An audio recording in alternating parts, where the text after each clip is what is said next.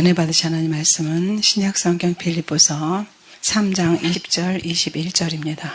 오직 우리의 시민권은 하늘에 있는지라 거기로서 구원하는 자 곧 주 예수 그리스도를 기다리노니 그가 만물을 자기에게 복종케 하실 수 있는 자의 역사로 우리의 낮은 몸을 자기 영광의 몸의 형체와 같이 변케 하시리라. 아멘. 주님 앞에 나오게 하신 것 감사합니다. 그러한 세상과 우리나라가 이렇게 예기치 못한 일들, 의도적인 방화로 이루어졌든 어쨌든 간에 그러한 일들이 일어나는 것은 저들의 모든 괴계가 IT 강국인 우리나라가 그들에게 어떤 표적이 됐다는 그런 상황이거든요. 그러한 일이 있다고 할지라도 하나님께서 말씀하셨어요. 누가복음 21장 28절에 이런 일이 되기를 시작하거든 일어나 머리를 들라. 너의 구석이 가깝다. 그리고 36절에 이러므로 너희는 장차올 이 모든 일을 능히 피하고 인자 앞에 서도록 항상 기도하며 깨어있으라. 이렇게 말씀하고 계십니다. 하나님께서는 우리에게 말씀하십니다. 오직 우리의 시민권은 하늘에 있다. 너희들이 대한민국의 국적을 가지고 있지만은 너희들의 시민권은 이 땅에 있지 않아. 잠시 잠깐이면 끝날 것이고 그분이 지체하지 않고 오실 그 이후에는 너희의 시민권은 하늘에 있는지라 거기서 구원하는 자 주 예수 그리스도를 기다리노니 그가 만물을 자기에게 복종케 하실 수 있는 하나님의 놀라운 전능하심으로 너희들의 낮은 몸을 자기의 영광의 몸의 형체와 같이 변화시켜서 데려가신다라고 말씀하고 계시는 것입니다. 종말의 서곡이 울려 퍼지고 팬데믹을 통해서 우리는 이미 그들이 예행 연습을 하는 것을 다 봤습니다. 그렇게 급속하게 지금 빨리빨리 진행이 되는데도 불구하고 세상뿐 아니라 기독교인들조차도 예수님의 오심에 대해서 입을 열지 않는 것이 현실입니다. 예수님의 오심에 대해서 말하는 교회가 별로 없어요. 너무나 참 가슴 아픈 일이죠. 2000여 년 전에 초대교회는 예수님의 오심에 대해서 너무나 그것을 중요시 여겼고 그 말세에 대한 진리를 아주 무엇보다도 중시했습니다. 왜냐하면 초대교회 성도들은 우리가 갈 본향, 고향을 알고 있었고요. 그리고 맞이해야 될 그 신랑을 기다리며 산 사람들이죠. 우리가 히브리서 11장을 보면은 영화의 한 장면 같은 그런 장면들이 나옵니다.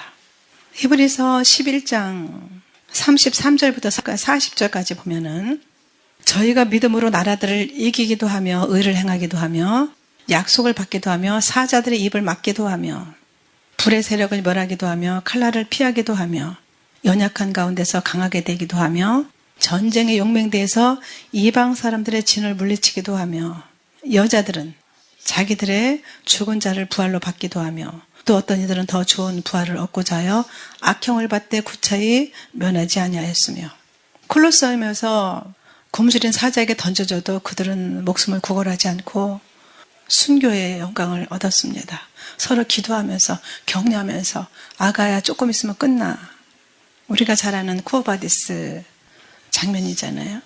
또 어떤 이들은 희롱과 채찍질뿐 아니라 결박과 옥에 갇히는 시험도 받았으며 돌로 치는 것과 톱으로 켜는 것과 시험과 칼에 죽는 것을 당하고 양과 염소의 가죽을 입고 요리하며 궁핍과 환난과 학대를 받았으니 이런 사람은 세상에 감당치 못하도다.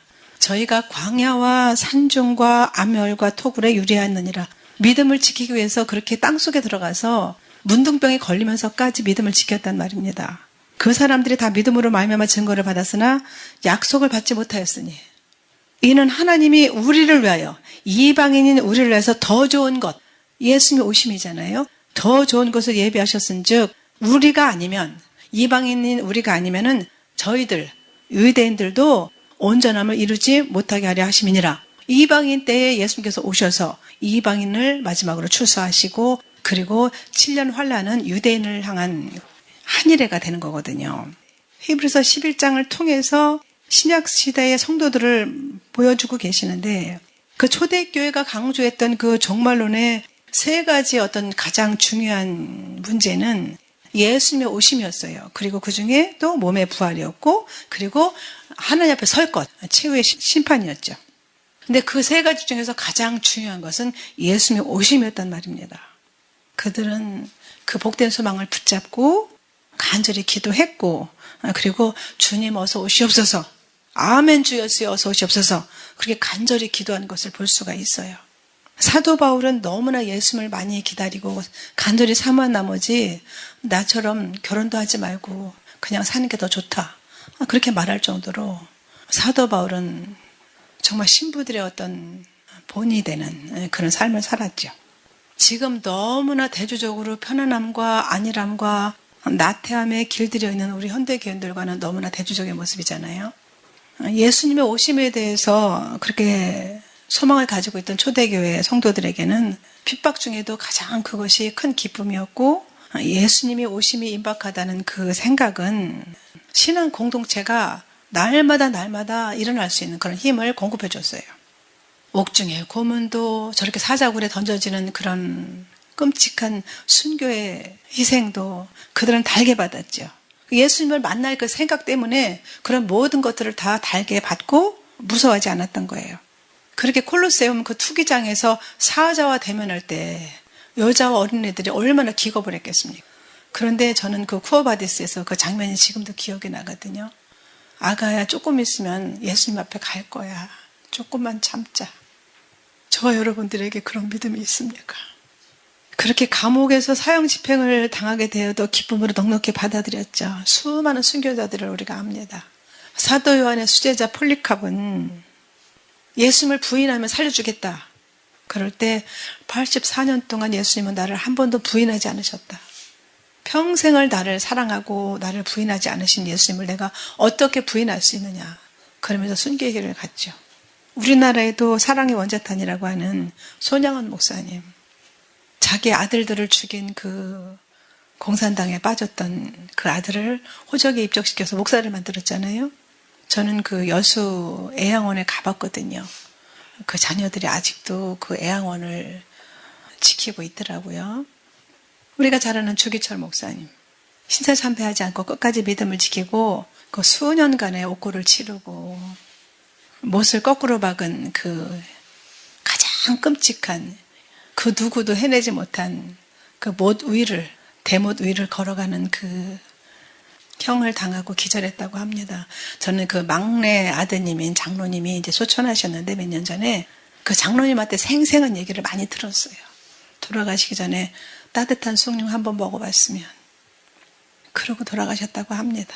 그렇게 예수님을 사랑하고 본향을 그리워하면서 당당하게 그렇게 예수님을 만난다는 신앙이 그들을 붙들어 줬는데, 슬픔을 이기도록 붙들어 줬는데, 핍박을 견디도록 해 줬는데, 그렇게 서로 죽음의 순간에도 위로하고 격려하도록 만들었는데, 예수님께서 친히 오실 것이라는 그 소망 때문에 이 신앙을 가진 사람들은 환난과 핍박을 두려워하지 않고 그 가운데서 기쁨과 힘을 얻었단 말입니다.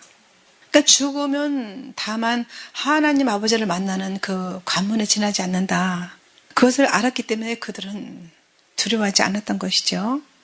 예수님을 부인하고 맹세하고 저주까지 했던 사도 베드로는 나는 예수님처럼 죽을 자격도 없다. 그러니까 나를 거꾸로 십자가에 못 박아 주시오. 그래서 거꾸로 매달려 죽었다는 이야기가 요세푸스 전집에 나오는데 그 사도 베드로가 고백합니다. 나그네와 행인 같은 인생이다. 베드로전서 1장 17절에 나그네로 있을 때를 두려움으로 지내라. 왜냐하면 곧 예수님을 만날 거니까.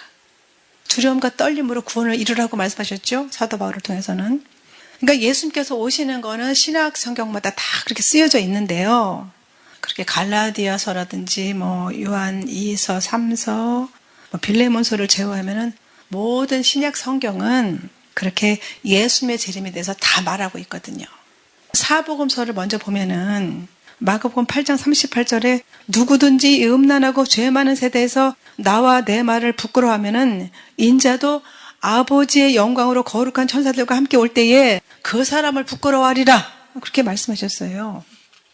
마가복음 13장 26절 27절에도 보면은 또 그때 인자가 구름을 타고 큰 권능과 영광으로 오는 것을 사람들이 보리라. 또 그때 저가 천사들을 보내요. 자기 택하신 자들을 땅끝에서부터 하늘까지 사방에서 모으리라 이렇게 말씀하셨는데 마가복음에서뿐만 아니라 요한복음 14장 2절 3절에 말씀하시잖아요. 내가 너희를 위해서 처소를 예비하면 내가 다시 와서 너희를 내게로 영접해서 나 있는 곳에 너희들도 있게 하리라 이렇게 말씀하셨거든요.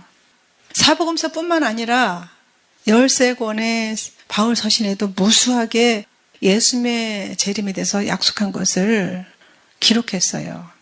우리가 잘 아는 데살로니가서 4장 16절 17절. 수자였던 베드로는 예수님의 재림을 우리의 산소망이라고 베드로전서 1장 3절에 말하고 있거든요. 사도 바울은 복스러운 소망이다. 산소망이다. 복스러운 소망이다. 디도서 2장 13절에 그렇게 말하고 있어요. 사도 요한은 요한계시록 1장 7절에서 볼지어다 구름을 타고 오시리라. 각인의 눈이 그를 보겠고 이렇게 쓰고 있어요. 그를 찌른 자들도 볼 것이고 땅에 있는 모든 족속이 그를 인하여 애곡하리니 그러하리라. 아멘. 이렇게 기록했지요.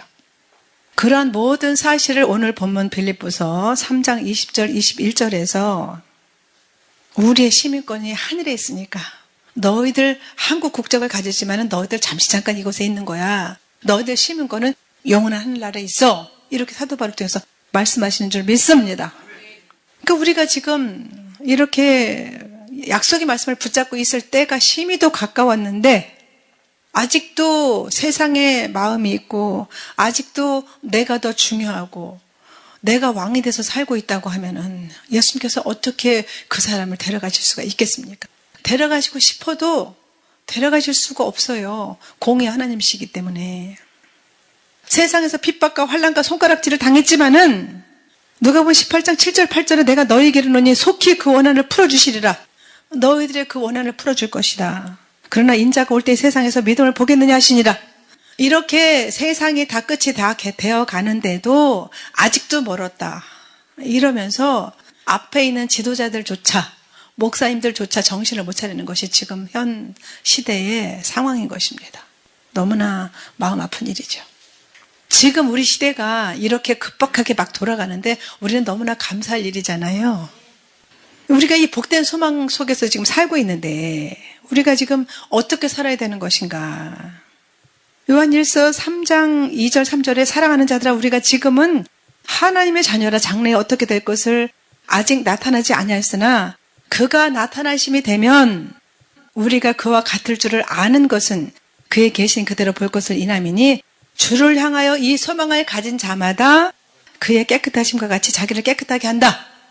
우리가 예수님을 기다리는 소망이 있기 때문에 세상 것을 버리고 세상에 속한 소욕을 다 버리고 깨끗하고 정결함으로 예수님의 피를 날마다 의지하고 하나님 회개함으로 나간다는 말씀을 하고 계시는 겁니다. 할렐루야.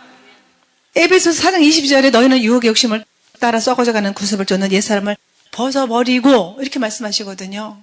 예수님이 오실 때가 너무나 임박하다고 하는데도 아직도 내 잣대로 내가 원하는 것을 따라 추구한다고 하면 어떻게 예수님께서 그 점이 있고 흠이 있고 구겨진 옷을 입은 신부들을 데려갈 수가 있겠어요. 그러니까 작은 죄에도 가슴 아파서 통절하게 회개하고 오늘이 정말 나에게 주어진 마지막 날인 것처럼 마지막 주일인 것처럼 그렇게 사는 것. 오늘로 끝이다. 그러면은 어떤 생각이 드십니까, 여러분들? 오늘이 마지막 예배라고 하면 최선을 다하지 않겠어요? 내일은 없다. 내일 아침에 정상적으로 내가 하루를 시작할 것이라고 그렇게 장담할 수 있는 사람은 아무도 없잖아요. 그러니까 정신을 바짝 차려야 되는 것이죠. 그렇게 세상 바라보고 나아가진 것을 의지하고 내 마음대로 살았던 거 이제는 다 청산하고 내려놓아야 되는 겁니다. 누가복음 19장 27절에 말씀하시잖아요. 자기가 왕돼가지고 예수님이 왕되는 것을 원치 않았던 저 원수들을 이리를 끌어다가 내 앞에서 죽여라. 참 무서운 말씀이에요. 우리가 평생을 주를 믿었습니다. 평생 헌금도 드렸습니다. 평생 주의 종으로서 아니면 직분자로서 주를 섬겼습니다. 그런데 그것이 다 아무것도 아닌 게 되는 겁니다. 겨우 부끄러운 구원은 받겠지요. 회개하고. 베드로전서 2장 1절에 말씀하셔요. 그러므로 모든 악독과 모든 괴율과 외식과 시기와 모든 회방하는 말을 버리고 갓난아이들 같이 신령하고 순전한 젖을 사모하라. 이렇게 말씀하셔요. 그러니까 하나님이 하지 말라는 건 하지 말고 고쳐라 그러면 고치고 옆에서 자꾸만 사람들이 아니면 저같이 부족한 사람이라도 자꾸만 얘기하면 그런가 하고 하나님께 돌이켜야 되는데 자기가 왕 돼서 살다 보니까 그렇게 되는 게 쉽지가 않아요. 도대체가. 어떻게 하면 좋습니까? 자기를 져서 복종시켜서 하나님께 무릎을 꿇려야 되는데 그걸 못합니다. 그러면 하나님 나라에 합당하지도 못하고 휴거는 꿈도 꾸지 말아야 되는 거예요. 그러니까 주께서 다시 오실 것이라는 그 확고한 신념은 우리의 일상적인 삶을 바꿔놓지요. 하나님께서 산 자와 죽은 자를 심판하러 오실 것이다. 산 자와 죽은 자를 심판하러 오실 것이다. 이것을 안다고 하면은 하늘로부터 하나님 정하신 날에 예수님께서 이 땅에 오실 것이다. 만왕의 왕 만주의 주로서 심판주로 오실 것이다. 이것을 알고 믿고 고백하는 사람들이 어떻게 자기 마음대로 살 수가 있겠어요. 그렇게 살면은 오늘의 삶보다 내일이 더 힘들 수도 있고 많은 아픔을 겪을 수도 있고 가족들의 반대를 겪을 수도 있죠.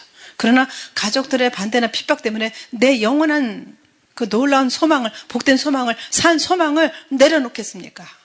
그것을 내려놓고 바꾸는 사람이 어디 있겠어요? 그렇게 어리석은 사람이 어디 있겠습니까? 예수님께서 다시 오시면은 세상의 모든 불의를 제하시고 만물을 새롭게 하신다고 말씀하셨어요. 할렐루야. 그러니까 적그리스도의 세력들이 어떻게 세상을 이끌어가고 우리나라를 망가뜨려 놓든지 간에 우리는 예수님이 오신 날을 기다리고 있는 줄 믿습니다. 그러니까 우리 주께서 하늘 보좌로부터 왕으로 이 세상에 다시 오실 거예요. 말씀에 기록하셨으니까, 약속하셨으니까. 오셔가지고 모든 것을 정복하시고 승리하셔서 하나님의 그 뜻대로, 예수님의 뜻대로 온 세상을 다스리실 거예요.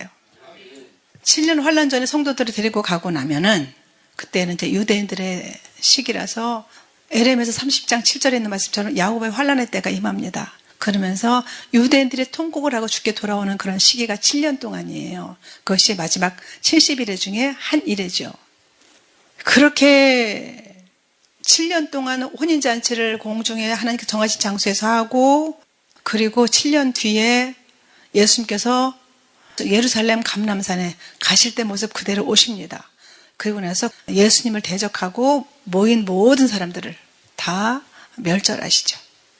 그리고 나서 하나님께서는 이제 그때부터 천년왕국 그래가지고 휴거된 백성들, 순교한 분들 다시 와가지고 천년왕국에서 왕노릇하고 그리고 나서 백보자 심판이 있고 나서 그 다음에 새하늘 새 땅 그리고 새 예루살렘 성에 입성해서 우리가 영원한 복락을 누리는 줄 믿습니다.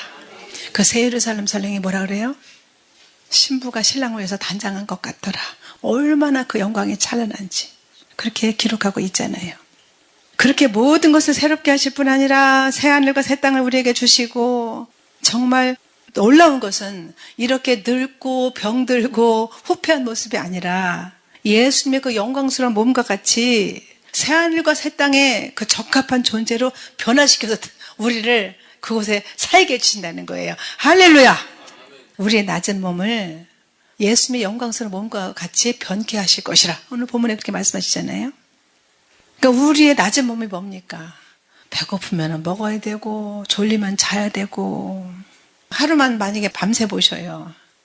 우리 서집사님은 밤새도록 일하고 지금 오셨잖아요. 이렇게 그 먼 데서 마석에서 여기까지 오셨는데 나이가 들면 금식도 어렵잖아요. 저는 금식 못하거든요. 그냥 절식하면서 그냥 기도해요. 그 하나님 금식할까요? 그러면 먹고 해라. 이렇게 말씀하시거든요. 그래서 이제 먹고 기도하는데 그렇게 우리의 낮은 몸이 연약해서 정말 아무짝에도 어떤 때는 쓸모없는 것처럼 그렇게 몸이 그렇지만은 그렇게 육체 연약감과 또한 온갖 죄로 상한 몸이 연약한 그릇에 불과한 우리 몸이 영광스러운 몸으로 변화돼서 하나님 앞에 선다는 거예요. 할렐루야! 그러니까는 고린도전서 15장 49절에 말씀하셔요. 우리가 또한 하늘에 속한 자의 형상을 입으리라. 하늘에 속한 자의 형상으로서 이제 비로소 전국 시민권자로서 살게 되는 거예요. 얼마나 그 영광이 클지 저는 기대하고 또 그 영광을 주신 하나님께 너무나 또 감사하고 감사해서 어떤 때는 막 눈물이 주르륵 흘러요. 그렇게 예수님께서 오실 때에 우리 영혼을 온전케 하시고 동시에 우리의 이 연약한 몸까지도 온전히 변화시켜서 우리를 수치스럽게 만들었던 모든 것들이 다 사라지고 영광스럽게 변화될 줄 믿습니다. 그렇게 날마다 넘어지던 연약한 죄악들을 우리가 이제 보게 되지 않는 거예요. 우리가 날마다 넘어지고 지금도 또 넘어져서 또 하나님 앞에 잘못했습니다. 용서해 주세요. 이러고 예수님의 피를 의지하고 나가잖아요. 그런 것들이 없어진다는 거예요. 그리고 우리에게 새로운 마음과 몸이 주어진다는 거예요. 그 빛 가운데 엎드릴 수밖에 없는 그런 영광의 몸을 입게 해준다고 말씀하시는 거예요. 그러니까 사도행전 9장에서 다메섹 도상에서 예수님을 만났던 사울이 엎드러졌던 것처럼 그렇게 하나님 앞에 완전히 엎드러져서 변화된 모습으로, 그리고 또 변화산상에서 그 제자들이 새 제자가 보았던 그런 영광스러운 모습을 우리도 입게 될 줄 믿습니다. 그러니까 오늘 본문에 말씀하시잖아요. 하늘로서 임하시는 우리의 구원자, 그가 만물을 자기에게 복종케 하실 수 있는 역사로 우리의 낮은 몸을 자기 영광의 몸의 형체와 같이 변케 하실 것, 이것을 약속하시는 거예요. 하나님의 약속은 그대로 다 이루어지는 줄 믿습니다. 만물을 자기에게 복종케 하실 수 있는 자의 능력으로, 그러니까 온 천지를 창조하신 전능하신 하나님께서 우리를 새롭게 하신다고 말씀하시는 거예요. 하나님께 능치 못함이 없잖아요. 스가랴서 4장 6절에 말씀하셨어요. 힘으로도 안 되고 능으로도 안 되나 오직 여호와의 신으로 된다라고 말씀하셨습니다. 디모데후서 1장 12절에 보면 하나님은 우리가 의지하고 믿고 의탁한 것을 그날까지 능히 지키실 분이다, 이렇게 말씀하시거든요. 히브리서 2장 18절에는 시험받는 자들을 능히 도우실 것이다. 그리고 유다서 24절에 보면은 능히 우리를 보아서 거침이 없게 하실 하나님이시다, 전능자시다, 이렇게 말씀하고 계셔요. 에베소 3장 20절에도 우리의 온갖 구하는 것이나 생각하는 것에 더 넘치도록 응답하실 하나님이시다. 그리고 자기를 힘입어 하나님께 나가는 자들을 온전히 구원하시는 하나님이다, 이렇게 말씀하시거든요. 장차 우리 몸을 다시 살리실 뿐 아니라 만물을 자기에게 복종케 하실 수 있는 하나님의 그 역사로 우리의 낮은 몸까지도 예수님의 영광의 몸의 형체와 같이 변화시켜 주신다는 거예요. 이 약속을 붙잡으시기 바랍니다. 할렐루야.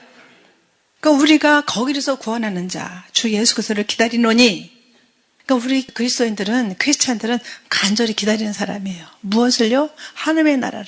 하나님이 이 나라, 하나님이 진격해서 우리에게 오셔가지고 하나님의 그 모든 약속하신 말씀을 성취 될 때까지 우리는 기다리는 자들이에요. 여러분들 기다림이 뭔지 아시잖아요.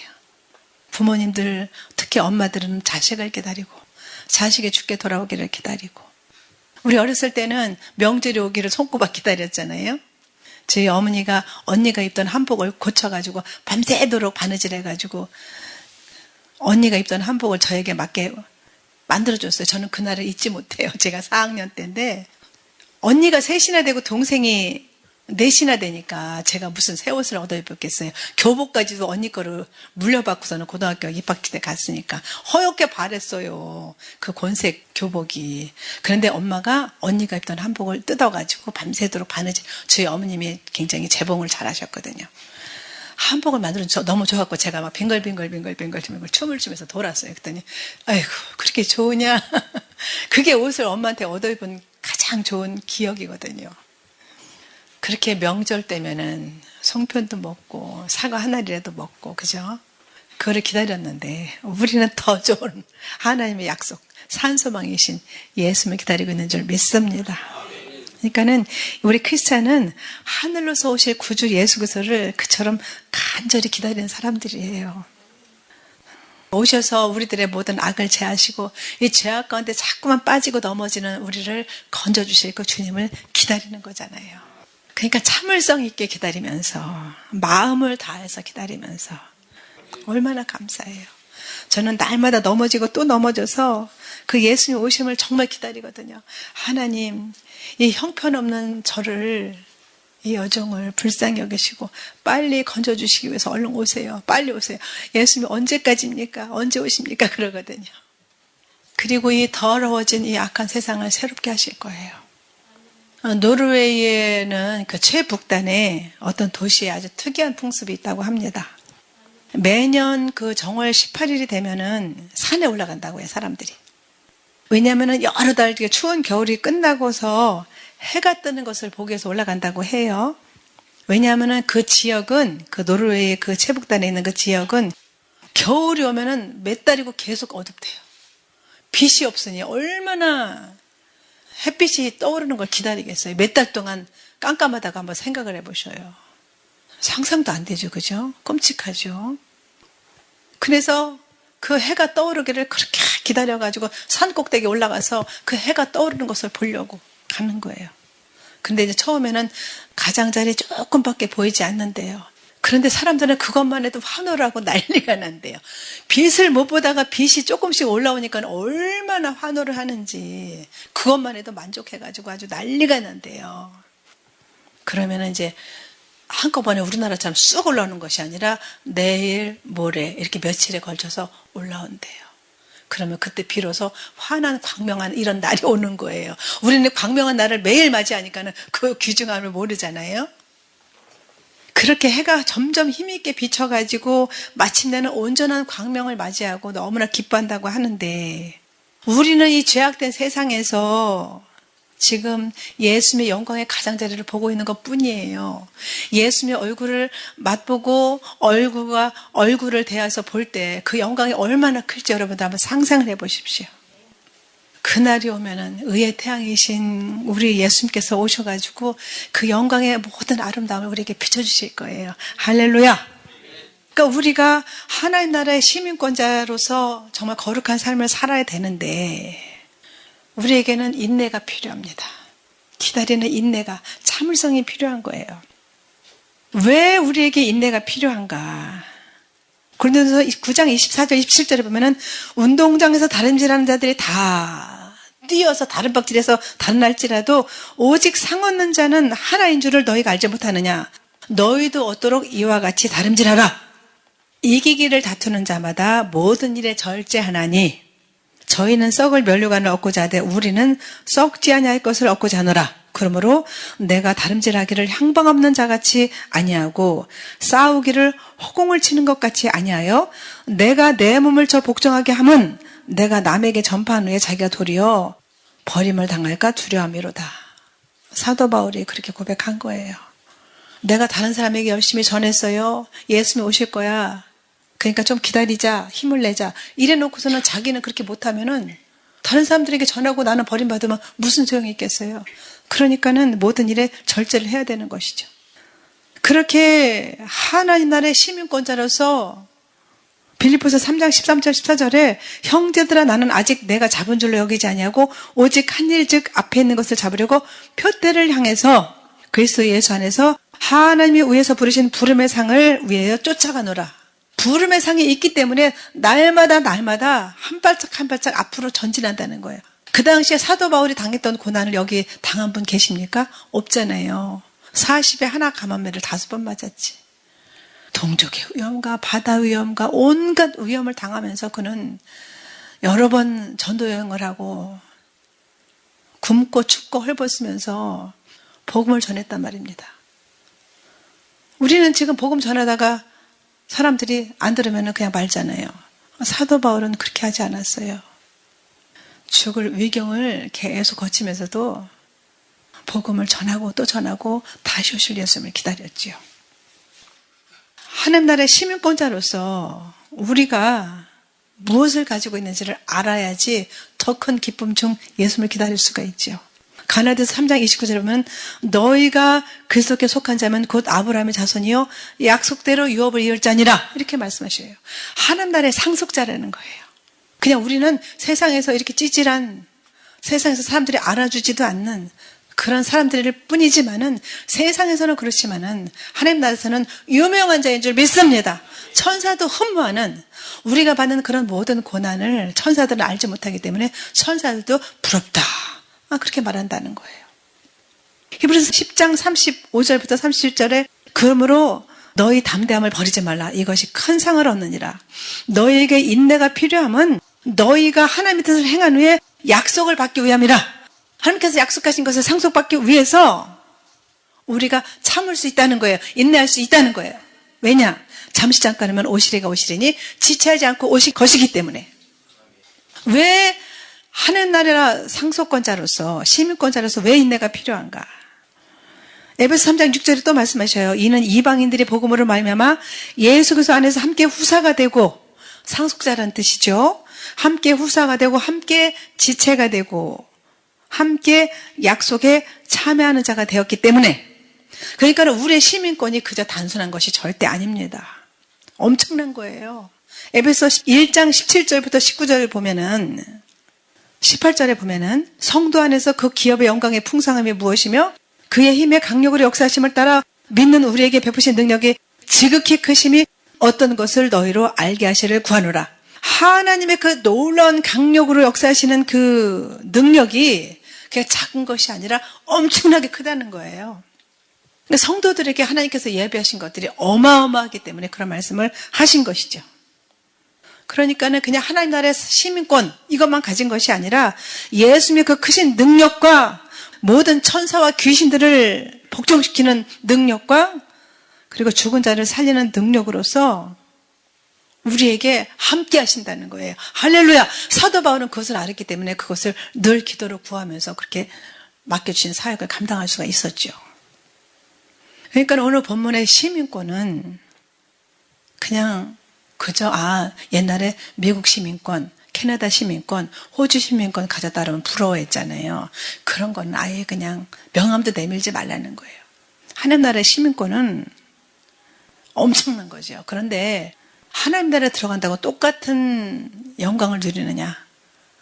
해의 영광이 다르고 달의 영광이 다르고 별과 별의 영광이 다르다 말씀하셨어요. 다 똑같은 것이 아니에요. 이 땅에서 어떻게 살았느냐에 따라서 그날의 상속자의 신분과 지위의 높고 낮음이 결정되고 달라지게 되는 것이죠. 천차만별이 되는 거예요. 그러니까 이 땅에서 하루하루 우리가 최선을 다해서 영혼을 위해서 살아야 되는 거예요. 그것이 결정이 되잖아요. 그러니까 예수님은 만왕의 왕 만주의 주가 되시지만 성도들은 예수님이 가지고 계셨던 그 지위의 일부를 물려받아가지고 너는 10거울, 너는 5거울 이렇게 다스리는 권세를 주신다는 겁니다. 그러니까 하나님 나라의 상속자는 하나님 나라에서 왕이 돼가지고 다스리는 공간과 그 어떤 지역을 그렇게 할애받게 된다는 거예요. 25장 14절부터 30절에 보면 달란트 비유가 나오잖아요. 달란트를 10달란트를 남기고 5달란트를 남기고 그런 자에게 예수님께서 말씀하셨어요. 내가 많은 것으로 네게 맡기리니 내 주인의 즐거움에 참여할지어다. 할렐루야. 누가복음 19장 11절부터 27절에 보면은 문화 비유가 나와요. 열 문화 비유가. 그러니까는 한 문화로 10개를 남겼어요. 한 문화로 5문화를 남겼어요. 10문화를 남긴 사람한테는 10골, 5문화를 남긴 사람한테는 5골 이렇게 줬단 말입니다. 그러니까는 하나님께서 주신 권세와 그 우리가 받을 상속 지분, 지금 세상에서 상속 지분이라 그러잖아요. 그런 것들이 얼마나 큰 것이고 어떤 것인지를 그렇게 말씀하고 계시는 거예요. 근데 우리가 그런 것을 알고도 이 세상에서 그럭저럭 그냥 살다가 예수님을 만나자. 그럭저럭 하루하루 편하게 살다가 예수님 오시면 가겠지. 아니에요. 예수님은 아무나 신부로 데려가시지 않습니다. 왕의 신부가 되는 거예요. 왕의 신부를 간택해서 데려가는데 아무나 데려가시겠어요. 그러니까 날마다 자기를 점검하고 요한계시록 19장 8절에 있는 말씀처럼 의의 옷, 옳은 행실로 자기를 계속 가꾸고 정결하고 거룩함으로 예비되어 있어야 되는 겁니다. 주께서 호령과 천상의 소리와 하나님의 나팔로 친히 하늘로 쫓아 강림하시리니 그때 그리스도 안에서 죽은 자들이 먼저 일어나고 그 후에 살아남은 우리도 저희와 함께 구름 속으로 끌어올려 공중에서 주를 영접하게 하시리니 그리하여 우리가 항상 주와 함께 있으리라. 영원토록 주와 함께 있으리라 이렇게 말씀하셨는데 18절에 중요한 말씀이 있어요. 그러므로 너희가 이 여러 말로 서로 위로하라 그러셨어요. 지금 우리가 세상에서 어떤 일을 당할지 앞으로 어떤 일이 우리에게 닥칠지 예수님 오시기 전에 무슨 일이 닥칠지 아무도 모르잖아요. 그런데 이렇게 지금 너무나 막 빨리빨리 진행되는 상황을 보면은 무슨 일이 닥칠지 혹여라도 전쟁이 있을지 모르는 거예요. 완전히 모든 행정이 셧다운 돼가지고서는 은행 창고 다 닫히고 ATM기 다 닫히고 현금 못 찾으면은 폭동, 약탈, 바깥에 못 나가는 그런 세상이 될 거예요. 거기다가 내일부터 중국 사람들 막 대거 쏟아져 들어오잖아요. 그 사람들 마음껏 들어오라고 지금 그 사람들이 지금 다 정지시킨 거예요. 일부러 그렇게 한 거예요. 그걸 알아야 됩니다. 뉴스만 보고 그냥 불났대 우연히. 아니요. 절대 아닙니다. 데살로니가서 4장 16절 17절 말씀과 연관되는 말씀이 이사야서 26장 19절부터 21절까지 주의 죽은 자들은 살아나고 우리의 시체들은 일어나리이다. 티끌에 거하는 자들아 너희는 깨어 노래하라. 주의 이슬은 빛난 이슬이니 땅이 죽은 자를 내어 놓으리로다. 내 백성아 갈지어다. 내 밀실에 들어가서 내 문을 닫고 분노가 지나기까지 잠깐 숨을 지어다. 유대인들에게 하신 말씀이죠. 그리고 휴거된 백성들은 그 안전한 장소에서 혼인잔치를 즐기고 있잖아요. 그렇게 피난처에 들어간 휴거 백성들과 이스라엘 백성들의 안전함, 그 이유가 뭐라냐면은 21절에 보라 여호와께서 그 저수에서 나오사 땅의 거민의 죄악을 벌으실 것이라. 땅이 그 위에 잦았던 피를 드러내고 그 살해당한 자를 다시는 가리우지 아니하리라. 하나님이 거기 합당하게 보복해 주실 것을 말씀하고 계시는 겁니다. 그러니까 우리에게 위로를 하시고 우리에게 격려의 말씀을 해주시는 것이죠.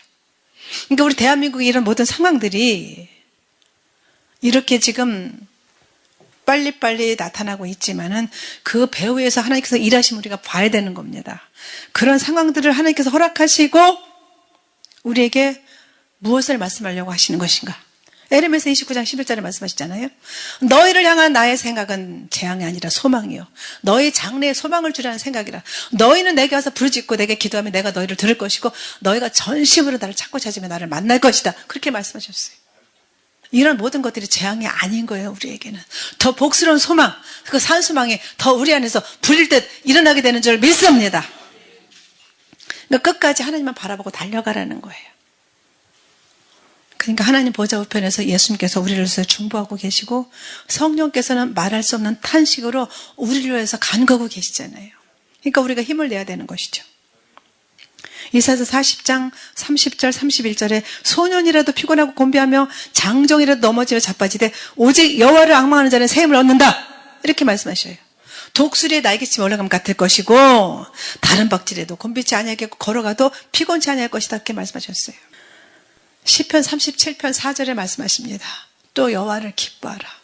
저가 내 마음의 소원을 이루어 주시리로다. 너의 길을 여호와께 맡겨라.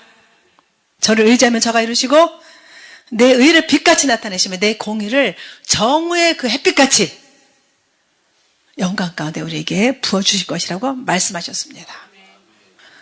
끝까지 예수님을 붙잡고 하나님 나라의 시민권자로서 믿음을 지켜서 공중 혼인잔치에서 모두가 만나는 저 여러분 되시기를 예수님의 이름으로 축원합니다. 하나님 감사합니다. 우리의 이 놀라운 하늘나라의 시민권이 그저 그런 것이 아니라 너무나 엄청나게 놀랍고 큰 것인 것을 깨닫게 하시니 감사함을 드립니다.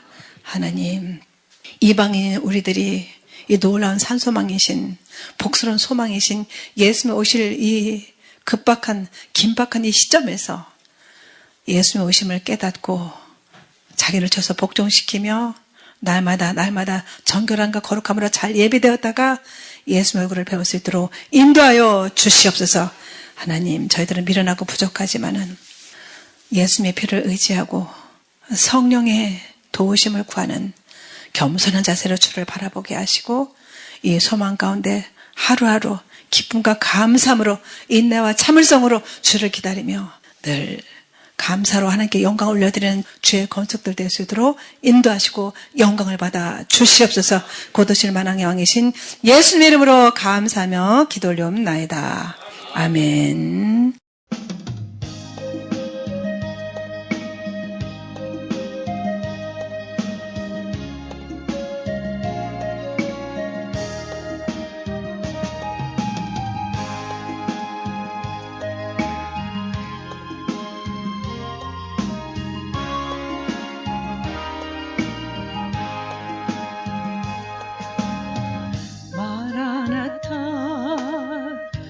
예수여 어서 오시옵소서. 땅의 모든 끝 모든 족속 주를 찬송하게 하소서. 마라나타 주 예수여 어서 오시옵소서. 모든 열방이 주께 돌아와 주 춤추며 경배하게 하소서. 우리 주님 다시 오실 길을 만들자. 십자가를 들고 땅끝까지 우린 가리라. 우리 주님 하늘 영광 온 땅 덮을 때 우린 땅끝에서 주를 맞으리. 마라나타 마라나타. 아멘. 주 예수여 오시옵소서. 마라나타 마라나타. 아멘. 주 예수여 오시옵소서. 마라나타. 주 예수여 어서 오시옵소서. 땅의 모든 끝 모든 족속 주를 찬송하게 하소서. 마라나타. 주 예수여 어서 오시옵소서. 모든 열방이 주께 돌아와 춤추며 경배하게 하소서. 우리 주님 다시 오실 길을 만들자. 십자가를 들고 땅끝까지 우린 가리라. 우리 주님 하늘 영광 온 땅 덮을 때 우린 땅끝에서 주를 맞으리. 마라나타 마라나타. 아멘. 주 예수여 오시옵소서. 마라나타 마라나타. 아멘. 주 예수여 오시옵소서.